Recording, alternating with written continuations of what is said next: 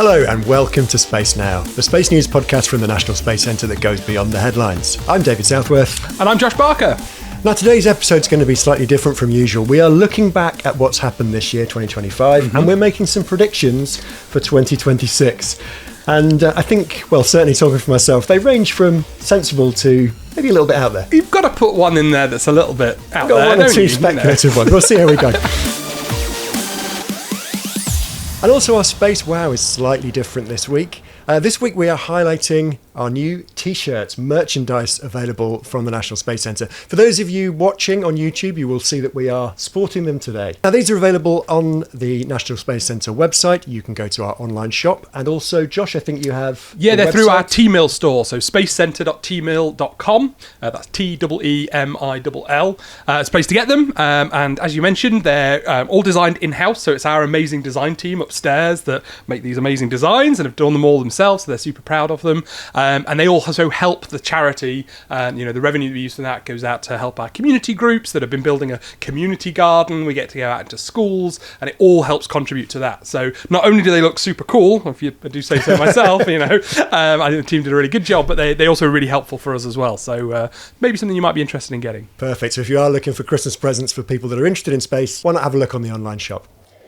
Should we head straight into our thoughts of 2025? I think that sounds like a good idea. Now, I think we've spoken briefly about, just so we're aware of the kind of things we're talking about, and I think your first one actually does tie in quite nicely with the idea of what we normally do as a Space Wow, because it's pretty recent. It is, yeah. So obviously we were looking back over 2025 and seeing what things were our highlights, what things stood out. And actually, like you say, mine happened really quite recently, just about a week or so ago, which was actually the launch of the Escapade mission. Now, interestingly, the Escapade mission was actually kind of a side to this project. It was a big test of Blue Origin's New Glenn rocket, which is a great big new super heavy lifter, similar to the SpaceX Starship that people may have seen, but it's the biggest, one of the biggest, most powerful rockets that's really going to drive the next generation of human spaceflight. And we've talked on the podcast several times about private companies and the capacity to do things in space. This is just another progression of that, isn't it? It's another company with the capability to take large things long distances in space. Yeah, that's right. It's Blue Origin, which is Jeff Bezos' company of Amazon fame, so still in that realm of billionaires, but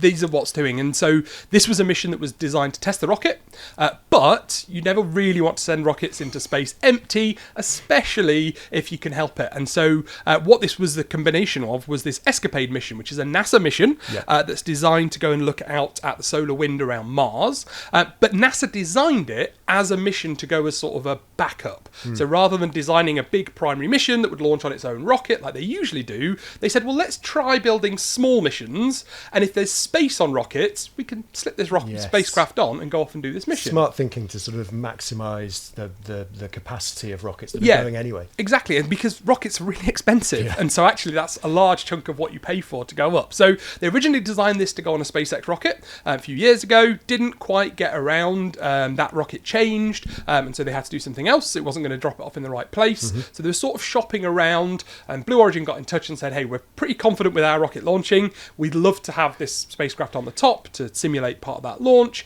Would you fancy it? And NASA sort of looked at the proposal and said, actually, we're pretty confident that this should work. So we'll join you. So they got on board and launched them up. And then the third really innovative thing about this is the mission is designed not to be dropped off straight at Mars. So Blue Origin wasn't going to Mars. That's not where New Glenn was going, but that's where this spacecraft wanted to go. So it's actually waiting in what we call a holding orbit, in orbit around the Earth for about another half a year or so until Mars is in the right place. Because we look for the launch window to get to Mars so that we are not having to go too far when they line up nicely and we can get to Mars relatively quickly. Exactly right. We usually have to wait about a year and a half or so to 2 years for Earth and Mars to be in the right position, which if you've got your spacecraft ready to go now, like NASA did, they don't want to wait that long if they can help it. So this is a really interesting design, and that adds extra complication because we don't like keeping spacecraft in space. Space is a horrible environment. Dangerous. But they've done the testing, they're happy with the program, and so it's up there, it's waiting. All the launch went great. New Glenn touchdown was caught and landed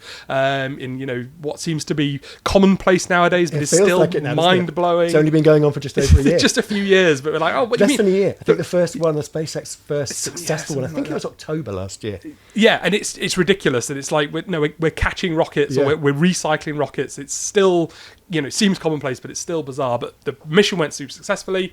Escapade's waiting, and in about half a year or so, 6 months, it should be heading off to Mars. Yeah, there. Fantastic. So a bit of a combination of maybe what we would normally do as a space wow, but I think a very justified highlight of the year. Yeah, I think, and a really good demonstration of, like you say, it's that private enterprise.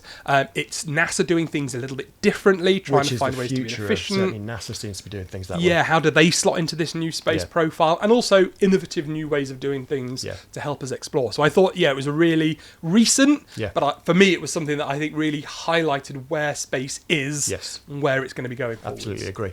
Well, my first one is probably something that I'd imagine most of our listeners and viewers will have heard of and be aware of. We certainly talked about it on the podcast before. This is the discovery of those rocks on Mars, announced I think it was September. This was the Perseverance rover, one of the NASA rovers on Mars, and it discovered a rock with some unusual telltale patterns on it.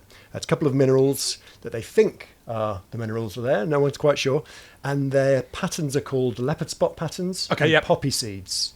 Now, I am not an expert on these kind of things, but from what I've been reading about it and from all the things that have been in the press and also discussions on this podcast, those kind of minerals in those kind of patterns are what they talk about as a potential biosignature. So it's the kind of thing that we see laid down by decaying organic matter on Earth. And so finding those on Mars is really fascinating because it doesn't prove that there's life on Mars. Yeah, there's often other ways of creating these things, isn't there? Whenever we see these signatures, there's always a whole bunch of scientists that immediately want to jump up and be like, well, it's not only that, but it can be. That. It's our first thought, well, this could be a sign of life, previous life, but it doesn't guarantee it. So people like to jump on that and think, well, does that prove there's life on Mars? There was? No, it doesn't. But it is another piece of evidence in a slowly growing stack of evidence of things that could have been signs of life. So I think that's a really big and interesting step. I would argue probably our clearest evidence yet that points to possible life on ancient Mars. I think that's the nice thing. Like you say, I think we always have this perception of science as being that moment of discovery, that cliched eureka moment where suddenly everything's clear. And it's actually, sometimes that does happen, and that's incredible when it does. But often it's this slow build-up of, well, this thing suggests that, and then this thing also suggests that, and this thing suggests this, but a little bit different. And slowly, actually, we build up to a point where we say, this has to be what the answer is. Of small pieces of evidence, all pointing potentially in the same direction, and gradually, eventually, we reach a point where, well, maybe actually the most likely explanation is that there was life on Mars. Yeah, and I think we're getting close, right? Like Mars is definitely wet. It was definitely very different. So yeah, there's definitely a lot more to figure out about Mars. Who knows? Maybe that's a prediction for 2026. Well, yeah, that'd be a really bold one. Save that for the next section. I did wonder about that, but I shied away. Josh, tell us your second highlight from the year. So my second highlight is quite local to home. So those of you that have been to visit the National Space Centre or visit Leicester, you will have probably heard us talking on the podcast and about the stories. Leicester's quite successful at space. For the last 60 years, we've had things in space. And just recently, we've opened a new facility called Space Park Leicester, which is part of the university, and it's more facilities for them to build stuff. And one of our highlights this year for someone who lives in Leicester and gets excited about space and has connections to these places was that actually the first scientific instrument to go to space has been successfully finished, built, constructed in those facilities, and shipped off ready for launch. Because Space Park's only been open, 2-3 years? I think we're closing in on 4, so 4 years for it to be open. But over those last 4 years, obviously the facilities have been sort of rolled up to start to be used, the clean room, the laboratories, the workshops. But the soft X-ray imager is the instrument. It's on a mission called SMILE, which is going to launch. I believe we just got the launch date for it as well, so April or May next year. Put that in your predictions. Yep, add that onto the prediction list. That's going to head into space and understand more about our magnetic field using this X-ray camera that was built, designed, and led here in Leicester, and is the first instrument that's really gone through those facilities and is currently sitting in China being mounted to the top of the rocket, ready for launch next year. Yeah, like you say, that's a really, obviously, of local interest to us here in Leicester, but we often talk about instruments on various spacecraft being designed, built here in Leicester, but actually the culmination of what Space Park is supposed to be.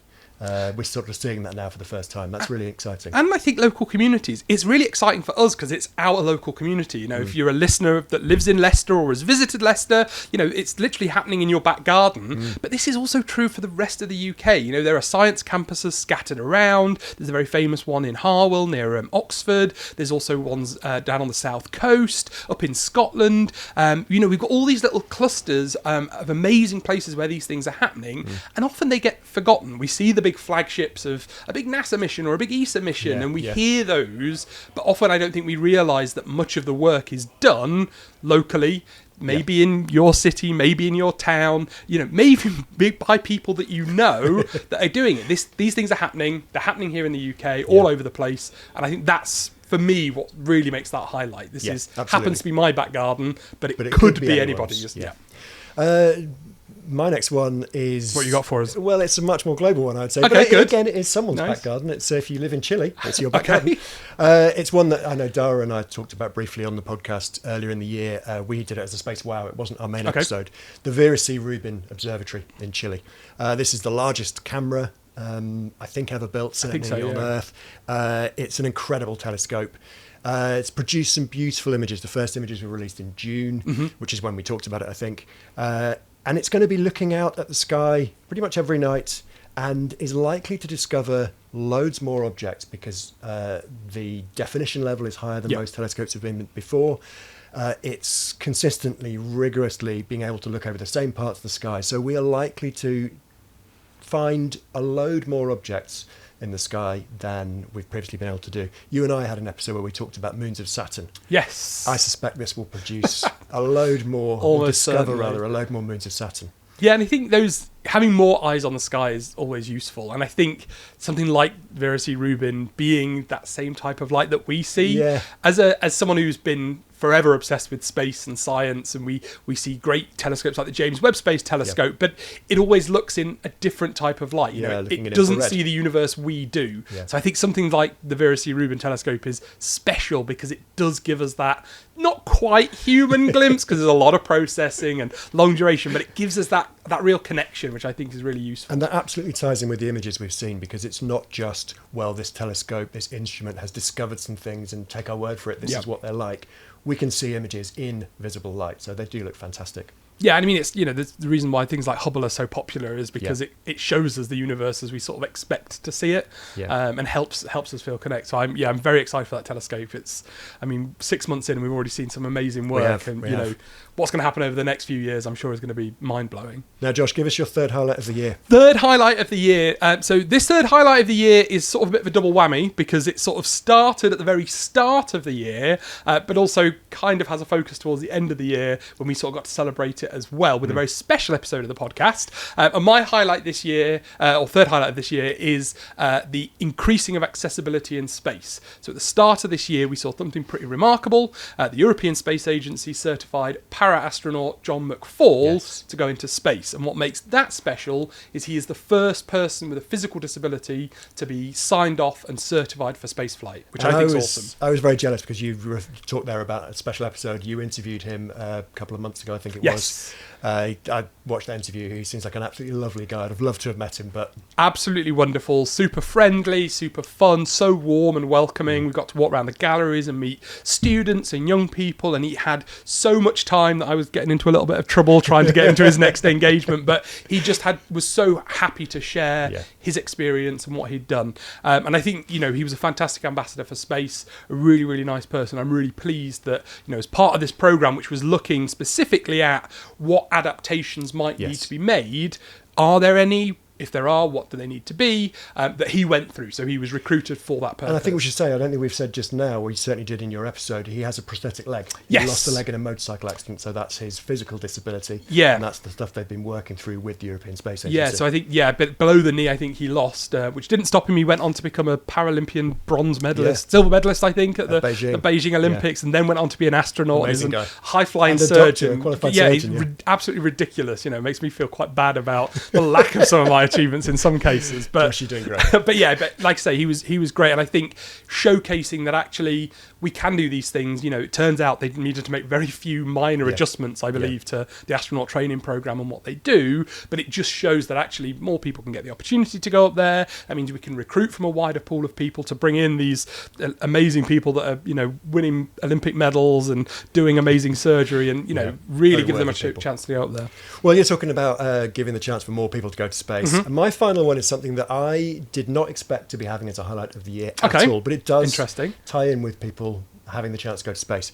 Back in April, Katy Perry went to space. Okay. Now, at the time, I was very cynical about this. Yeah. I'm still have some cynicism. I think we all were. I think it's cropped up on a couple of the episodes of the podcast. But I surprised myself when I was thinking about this and what I would have as my highlights of the year. I surprised myself. I kept coming back to this one. It was on a Blue Origin rocket. We mentioned that, Jeff Bezos' company. And it was an all-female flight. Yes. So 6 women going to space. That was an awful lot of the publicity was around that. Of course, Katy Perry, that was very sort famous. Of the main focus, wasn't it? Yeah. And again, there was an early episode of the podcast where I think Zoe and Dara talked about this flight in great detail. So my cynicism was I felt like it wasn't a very positive way to have an all-female space flight because they were essentially passengers. I felt like it was very much a publicity stunt. Both Katy Perry and making sure it was an all-female flight. Nothing wrong with that, but it felt like it was very much driven by Jeff Bezos and his desire for publicity. But the more time's gone on, the more I kind of look at it slightly differently. So I do still think those things are true. However, I think it's really given almost like a hook to draw people in. Because I talk to kids here at the National Space Centre all the time. As you used to be, Josh, I run workshops with school groups. And I can sort of refer to it. I can say, well, you know, a few months ago when Katy Perry went to space, and almost all of them know. And then I can talk about things like, well, hers is a very short flight. Her flight was 12 minutes. They're going to the very edge of space, not a flight to the ISS, into orbit, a flight to the moon. But it gives a way in to kind of compare with those other methods of space flight. And I think that actually is really, really useful. So whether that was intended or not, I'm not sure. Yeah, I'm still cynical. But I think I understand, because I think one of the things I always try and remember is I've spent a long time learning about space. I read about it all the time. I know many of the missions, and I'd like to keep up to date. But most people don't. Exactly. And so it pains me to think that. But actually, something like this that is a cultural touch point. Many more people know who Katy Perry is than the name of the latest 5 rockets to go into space. Absolutely. And we talk about on this podcast, we're going beyond the headlines. The headlines we're talking about are generally still fairly niche headlines. They're of course, for people interested in space. This went beyond that. This really did go beyond the headlines, because Katy Perry was so well known. So I have changed my view on it. I do think that's in many ways now a highlight of the year for me. Because of that, I was going to say accessibility. It's not quite accessibility, but because of that hook to draw people in, people that maybe wouldn't otherwise know about it have been drawn in and are now fully aware of this flight at the very least. And that is a way for them to perhaps learn more and look in more detail at some more things to do with space. So actually, surprisingly, a highlight for me. Okay, on now to our predictions for next year. I'm going to go first because my first one's quite boring. Or let's rephrase that. It's maybe reassuring. Let's go with that. I've got a bit more speculative with some of the later Now ones. my mind's spinning what it could be. Well, you'll find out. So this is really a prediction that nothing's going to happen. Okay. So there was a headline earlier this year over the summer that the UK Space Agency, I think the headline often was exaggerated, it's being disbanded. Yes. Not the case. It's lost some of its independence, or is about to. In April, it will be losing some of its independence. It's being brought back in more formally within government. Yes. And so there are certainly concerns, and I think they're possibly justified, that maybe some of the funding might be cut, that the independent thinking that's present in the UK Space Agency, some of those innovative people that work there, that might be kind of curtailed a little bit by the bureaucracy of government. So my prediction for 2026 is none of that's going to happen. Okay. The lack of independence that is happening, I don't think we will notice any discernible difference, at least not in the short term. I think it's possible that in the future some of those worries may start to edge in, but my prediction for 2026, like I say, a little bit boring, but let's take it as reassuring. No change. The UK Space Agency will essentially carry on as before for the foreseeable future. Yeah, I think that's fairly reasonable. I think that's kind of where we came down about when we talked about that Yeah, headline I on the think so. podcast as well. And I think when we look at the fact they are bringing it in, it's only moving into the department that it was already sort of a part of anyway. It's like a sort of formal change of Yeah, reporting processes and that kind I of think thing. they still report the same. So I think even though they were independent, they reported to, I can't remember what the minister's name was or what department they were under, but the DSIT, the Department of Science and Industry and Technology that they're moving into, also reports back to that minister. Yeah. So yeah, like you say, I think you're right. I think it was a lot of drama over something that I don't think is going to have much more of an impact. I mean, I really hope I'm right. I think I'm right. I guess this is all said with speculation. Yeah, but let's move on from that one. What have you got for us? So mine is also to do with the UK, but maybe a little more positive. Okay, good. So mine is also to do with, I guess, the UK Space Agency, as they were the people that sort of spearheaded this. But I think in 2026, I'm very hopeful at least, that we will see the first British UK launch from UK soil. Excellent. So this is something we've been talking about for absolutely ages. I think 2008 was when they first came up with this plan to build spaceports and launch space rockets from here in the UK. And, well, we're many years after 2008, but I think we're almost there. So this is probably almost certainly going to take place from Saxford. That's in Shetland, is yes, that right? so right at the very tip of the British Isles, right at the very tip of the most northerly island in the UK, at the tip of the northernest point of that one. It's a very long way. I got the chance to visit, and it's a long way to get up there. But yeah, they're building a spaceport up there, and there are two rocket companies. So RFA-1 and Skyrora are two rocket companies that are hoping to launch from the UK, building rockets. They've both been given their launch licenses this year, and so they're gearing up. They were hoping to do it a little bit earlier. There was a bit of a on launch site disaster, which ended up with a large melted pile of rocket engines, which I got to see. Okay. But they think they've got that through, and the plan is hopefully this year to launch the first UK space rockets. Now, people might be a bit surprised that we've never launched any before. I think there's been a couple of small private launches, but maybe not to space. I forget the detail of those. I think there's a couple, but we don't generally sort of chalk them up as official. No. We had involvement with rockets we launched from Australia. Yes. So very famously, we had a rocket program that launched from down there. And like you say, I think there may well have been smaller ones. I think possibly even some military test rockets, but never really anything with space as a focus, and with the aim of getting into orbital space. Yeah, we always relied on, we've launched them from the States a few times, as you say. Is it Woomera based? The spaceport, yes, that's one in Australia. Yeah. And that's typically because we're not in the right sort of location. Yeah. We're in a bit of a weird location for launch. We're not close to the equator. The sea zones around us are quite busy, and things like that. So these are targeting polar orbits, so over the North and South Pole, which is why they want to go super far north. Going north from somewhere that's already far north actually works well. Yeah. And I think the other thing that's probably worth mentioning, people may have seen a couple of years ago, I forget exactly when it was, there was a launch, a horizontal launch from Spaceport Cornwall, which was also one of the 7 that were originally planned. Horizontal launch means there's a small rocket attached to a large aeroplane. The plane flies up high in the atmosphere and releases from there. It wasn't a successful launch. It wasn't, unfortunately. So they got off the ground, but nothing was deployed into space. So this would be the first, hopefully, successful launch. Fingers crossed, from UK to reach space, So that's I think that's looking likely. Like I say, we've been sort of on the edge of our seats, certainly for the last year or so. Yeah. But I think this might be the year. Well, again, I hope you're right. I hope so too. You're better at being positive than I am. Okay, so I guess on a similar vein to that, so, people at home are probably going to shout at me for being too similar, but I think continuing that idea of launching things into space, we've seen a rapid acceleration over the last few years of the amount of things that we've launched into space.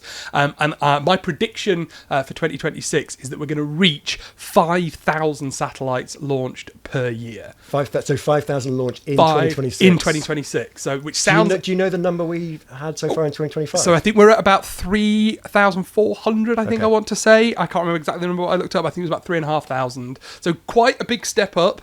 But feasible on our current trajectory. I think so. And I think that's because we're seeing... The big step up we've seen recently is this idea of satellite constellations, or what they call mega constellations. Like Starlink. Starlink is the prime example. This is a set of satellites that's designed to be in the... I think they're something like 12,000 or something ridiculous. They've launched over the last few years. Well, I tell you what, Josh, this is going to link very nicely to my next prediction. So So I've got all sorts of numbers I can give you when we get to that. But I think we're seeing other projects. So China have got 2 internet constellations they want to launch. Amazon's Project Kuiper is doing something similar. Here in the UK, we've got OneWeb, which wants to do something similar as well. And there's a couple of others. So I think if only we could all work together. Yeah, I think I looked at the list of the current planned mega constellations. I think it's a current planned number of satellites of 550,000 satellites, 500,000 satellites to power communications, broadband, things like that. So hopefully, I don't think all of them will go ahead, but these are the projects that are long-term plans that are in the. And we should say that's what Starlink is. It's providing basically broadband access, often in a very positive way to places that don't necessarily have good access. Yeah, the service is very fast, it's very quick, it's very remote. So they've tried it on things like aeroplanes that are out in the middle of the sea where you'd never get a signal because you can't build a tower. Remote places in all over the world that, like you say, wouldn't have access to that infrastructure. So I think the idea is bold. Do we need 7 competing ones? No, maybe not, I but don't think we'll see. But that's my prediction: 5,000 satellites launched next year. I think I'd agree with that. I think although it does feel like a big leap up, we've been leaping up over the last few years. Now, like I said, my next prediction... Yeah, you said yours was related to that? Really very strongly ties in with that. Excellent. But again, I'm being slightly more negative. Oh, no. Well, I don't know. Maybe if we're talking about hundreds of thousands of satellites, maybe you're being negative as well. Either way. This one is a little speculative. Okay. This is to do with litigation, lawsuits. Right. Linked specifically to satellites. Okay. There have been a small number of lawsuits in the past related to satellites. My prediction is that we will start to see these, maybe not, every week, but I think next year we will start to see these. I think this feels to me like a prediction where I think this is almost guaranteed to happen at some point. Whether it's as soon as next year, who knows? Your prediction of number of satellites makes me think maybe I'm right. I'd picked out lots of facts about Starlink. So Starlink currently has around 9,000 satellites in orbit. They have approval from the FCC, which is the US body, the Federal Communications Commission. They have approval for 12,000. Okay, that was the number I had in my head. Yeah. There are some discussions that people think maybe they're aiming for about 34,000 in the future. That's already dwarfed by the sort of numbers you've just thrown at me. And one of the things, as well as just congestion, there's lots of things up there. There's the chance of collisions is increased by the number of satellites we have up there. There's also light pollution. Mm-hmm. So lots of astronomers have talked about the problems of particularly these constellations of satellites like Starlink, where you have streaks of light going across the sky. Now, there are things you can do to try and account for that. You take readings several times on the same part of the sky, but that's not an ideal way of doing things. I know Starlink, SpaceX, who operates them, in fact, is it SpaceX or is it another of his companies? I forget. No, I think SpaceX do officially look after Starlink. Okay, I think it's all part of the same umbrella. But they've certainly talked about they've taken measures to try and reduce the albedo of these things, to reduce the amount of light reflecting off them. So there are measures. Yeah. But it's a problem. And with all these extra satellites going up, that's probably going to be a greater problem in the future. Now, I said there's been a couple of precedents for legal action. These are the things I've found. There's only a couple. These ones are interesting. So in 2017, this is slightly different, but I think is an alternative way that there could be litigation. This is a bit cheeky. In 2017, there was an American company called Swarm Technologies. Okay. Now, they launched around 20 nanosats, so really tiny satellites. They were about playing an inch into across. The name, it sounds like. Absolutely, as well. So about an inch across, about 2.5 centimetres across. Really, really tiny.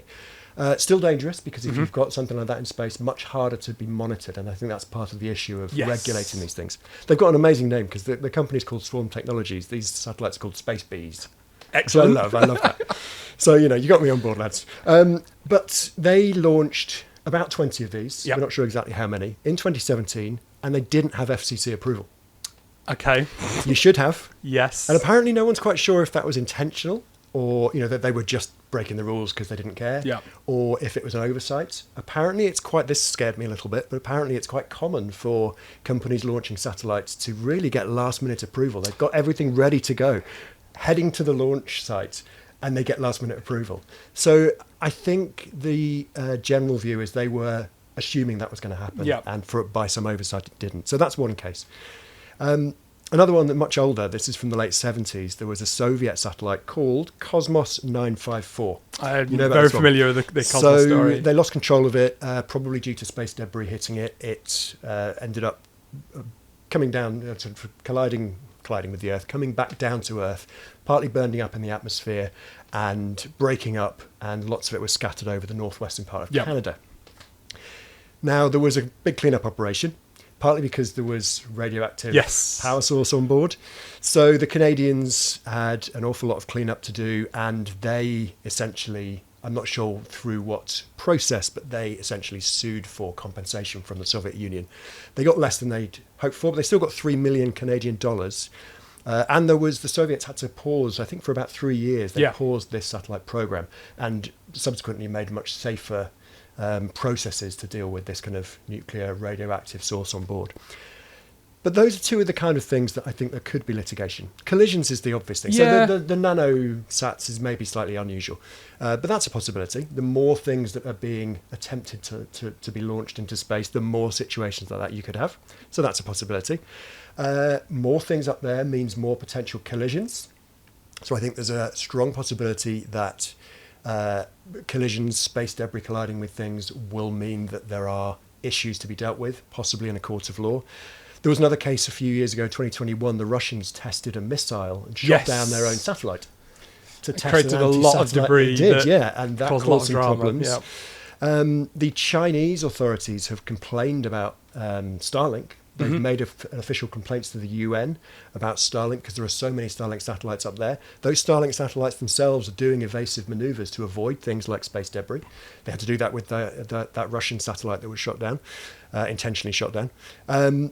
And the Chinese have said, well, they feel that's potential danger to their space station, the Tiangong space station, with all these satellites moving around, not necessarily in ways that other operators might expect. So you have collisions, you have the potential for collisions. I think if there are any significant collisions, we could well see lawsuits around that.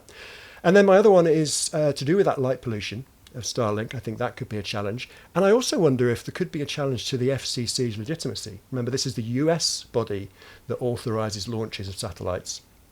But why should the US body have control over what's going into space? Well, there is an international body. Is there? There is an international body.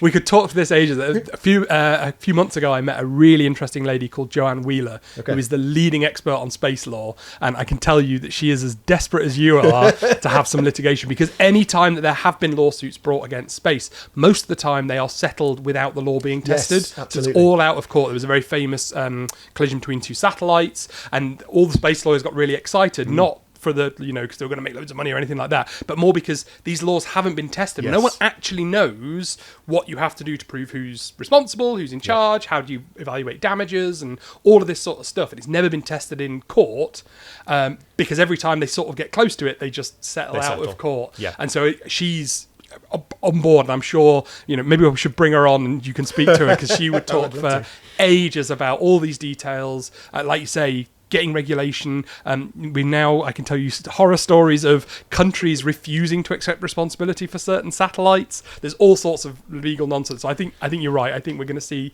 more and more of this come up. But that's my prediction. A positive spin will be reached, and we will start to see lawsuits. Positive spin on that. We are apparently the experts here in the UK at space law. So it'll be us that are helping to figure it all out. Fantastic.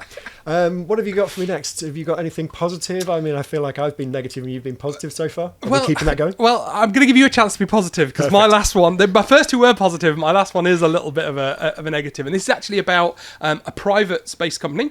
So many of our listeners may be aware that the International Space Station is currently reaching the end of its life. It's had an amazing nearly 30 years of providing a base for us to do research and learn about space and provide a continuous crewed presence in space. And is it 2030 it's expected to reach the end of its life? That's the plan, yeah. Okay. NASA have said we're getting to the point now where we can't really afford to maintain it. The costs are too high. We kind of want to free up those resources to move on to other things. Yeah. Now, that's a little bit disappointing, especially after they cancelled Deep Space Gateway, but we can understand that everything eventually reaches the end of its life. But private enterprises are stepping up. So there's a company called VAST that are hoping to build the first private space station. So they've been testing a facility called Haven 1. It's about the size of a freight cargo lorry. So the big articulated trucks you see going up and down the motorway with all your Christmas presents in or whatever. It's about that sort of size in terms of the internal volume. And they're hoping to launch in the middle of next year. But space is hard. I don't believe have done much in the way of getting things tested into space just yet. And so my prediction is that I think it's going to take them a little bit longer than that to get in. Yeah. So I think while I'd be very excited to see the first private crewed space station, I think we're probably going to be waiting a little bit longer than the middle of next year, maybe into 27 before we see that. But hopefully, fingers crossed, they could get there, because I think that'd be super exciting. Yeah, I mean, as I've said to you on this podcast before, I think I'm a bit more cynical about you than you about a lot of these things. It ties in a little bit with the crazy number of satellites we've just talked about that potentially might go up in the future. The more you have private companies operating these things, the more I get a little bit concerned about how much is up there and whether it is being correctly regulated. Yeah.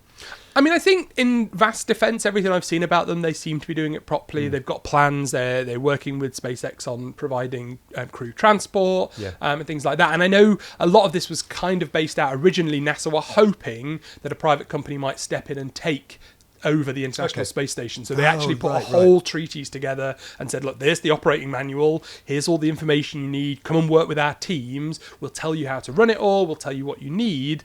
You know, we want to essentially, we don't want to get rid of it. Yeah. We would quite like to not take responsibility for it anymore, but if someone wants to step in and take that on, that would be awesome.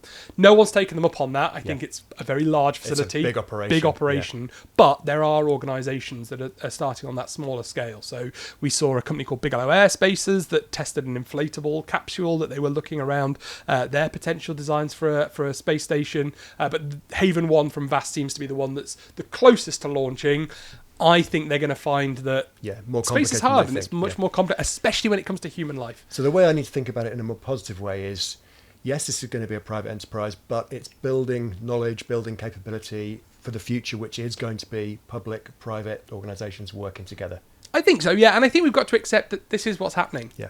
Nothing's going to stop these private companies, and it's making sure we do it in collaboration, we do it properly, and I don't want them to be delayed because I don't want to see them go.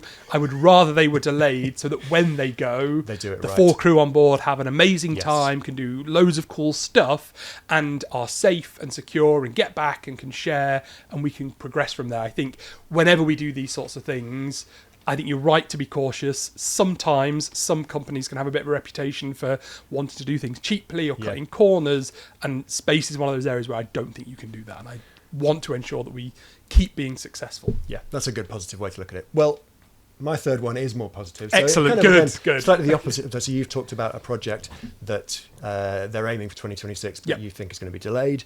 Mine's hopefully the other way around. Okay. It's a project that has had a lot of delays, and my prediction is it is going to get off the ground in 2026. This is the Indian Human Spaceflight Program. So they're calling it Gaganyaan. Yep. So it's run by the Indian Space Agency called the ISRO, Indian Space Research Organisation, I think that is. Now, this has been on the cards for a while. They've been talking about it internally, I believe, for a long time. 2018 it was announced. Initially, Gaganyaan 1, I should say, there's the Gaganyaan 1, 2 and 3 are going to be test flights of the human-rated rocket. Right, okay. They've run very successful flights with that rocket, but not in its human-rated form. It's called the LVM-3. It's got 8 out of 8 successful launches, 100% success rate. So it's a good one. Once they human-rate that, Gaganyaan 1, 2 and 3 will be test flights, ready for Gaganyaan 4, which is going to be the human space flight. And that would make them the 4th country to launch humans into space. So a pretty big step. And that feels kind of right because their space industry, the Indian space industry, or contribution to the space industry has really come on a huge amounts in the last couple of decades. They've done some successful missions to the moon, to Mars, the first soft landing at the South Pole of the moon, Chandrayaan-3. So it feels right that they're going to be the 4th country in space. I'm sure it will happen. The question is when. Now, the initial announcement, they were planning Gaganyaan 1 to be December 2020. Okay. You can probably guess what was the main hurdle for that. There were a few things that happened that may have delayed that, So, all the lockdowns, the COVID pandemic, that's the main reason. There have been technological challenges, of course, as well.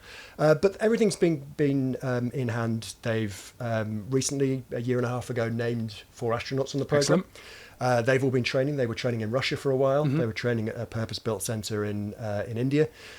2 of them trained with NASA as well. Excellent. Because one of those, Shubhanshu Shukla, flew on the Axiom 4 mission, so flew to the ISS. I was going to say, there's often a lot of, you mentioned that there'd be the fourth country to launch people, but actually astronauts from, I think, something like 40 countries have been into space, but launched. So the first on Indian other national to go to missions. space was Rakesh Sharma, flew the Intercosmos program with the Soviets in 1984. I believe the second one was Shipanshu Shukla, who flew with Axiom 4. So he had 3 weeks on the ISS earlier this year. And that was very much as part of the training for this Gaganyaan program.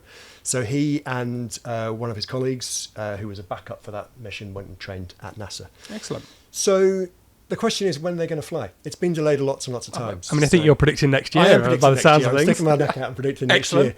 Well, am I right? I don't know. Fingers crossed. The current, I mean, this makes it sound less bold as a prediction because the current, it's quite something I've found quite difficult to get firm dates, firm estimates for when these flights are going. There's not a lot of very public information out there. The current estimate is next month, December 2025. So I might be wrong because it's too soon. I don't believe that's going to happen. I think we'd probably know a little bit more if it was. Yeah, I think it's likely to be later. Sounds like they're ready though. They're getting very close to ready. There's a couple more test flights that we believe they're still planning to do before the rocket's human rated. But my prediction will be both Gaganyaan 1 and Gaganyaan 2 will fly next year. That's my prediction. I wouldn't say 100% confident prediction because I've been burnt by that before, but that's what I'm going for. Excellent. I look forward to it. Yeah, let's hope so. Now that's 3 each I think we've done. We talked when we were talking about this and planning what we were going to come up with, and we planned them separately, but we did decide we should maybe go for a bit of a hero prediction, something a little bit more I think speculative. all of ours are kind of sensible, Yeah. right? I think, but yeah, maybe people at home want something a bit more outlandish and a bit more out there. Do you want me to start off? Go for it. So mine one, I guess, I don't know, it perhaps seems so outlandish, but I feel it is. So my prediction, my out there prediction is I think we might see SpaceX replaced as the human landing component of the Artemis and lunar landing missions. Okay, that would be big news. I mean, we've talked about these missions and changes in NASA with SpaceX and so on before. Yeah, so obviously SpaceX are currently part of the program. The idea is that the Orion capsule will launch on the Space Launch System, but that will rendezvous with a SpaceX capsule which will land them on the moon and bring them back. And SpaceX and NASA have had a long partnership of working quite successfully together, as well as SpaceX independent stuff. But they've been quite delayed. I think it's pretty obvious over the last few years, Starship hasn't been going to plan. Yes. I think the tests they've had have been successful in some ways. They've also done a lot of blowing up and not landing and not being completely successful, which I think is within expectations. Yes. But I think SpaceX wanted to be a lot further along. We've already seen some delays to Artemis, partly to do with SpaceX, partly to do with some other reasons.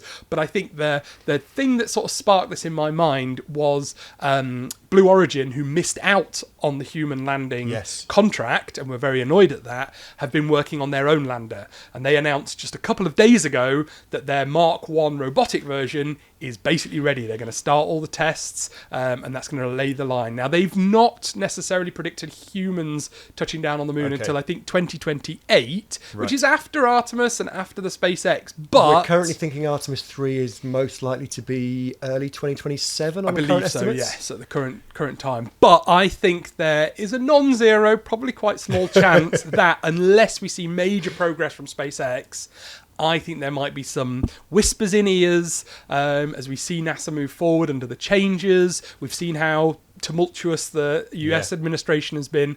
I think there's a small chance that Blue Origin might make a play and say, look, this is our plan. If their tests go well for Blue Moon Mark 1, I think there's a very strong chance that they might say, we might be able to bring that schedule up, or we can guarantee that it's going to happen then. SpaceX is still struggling. They're still not. We've not seen their lander that should be apparently landing in a year and a half. I think there's a small chance that we could see them replaced. Interesting.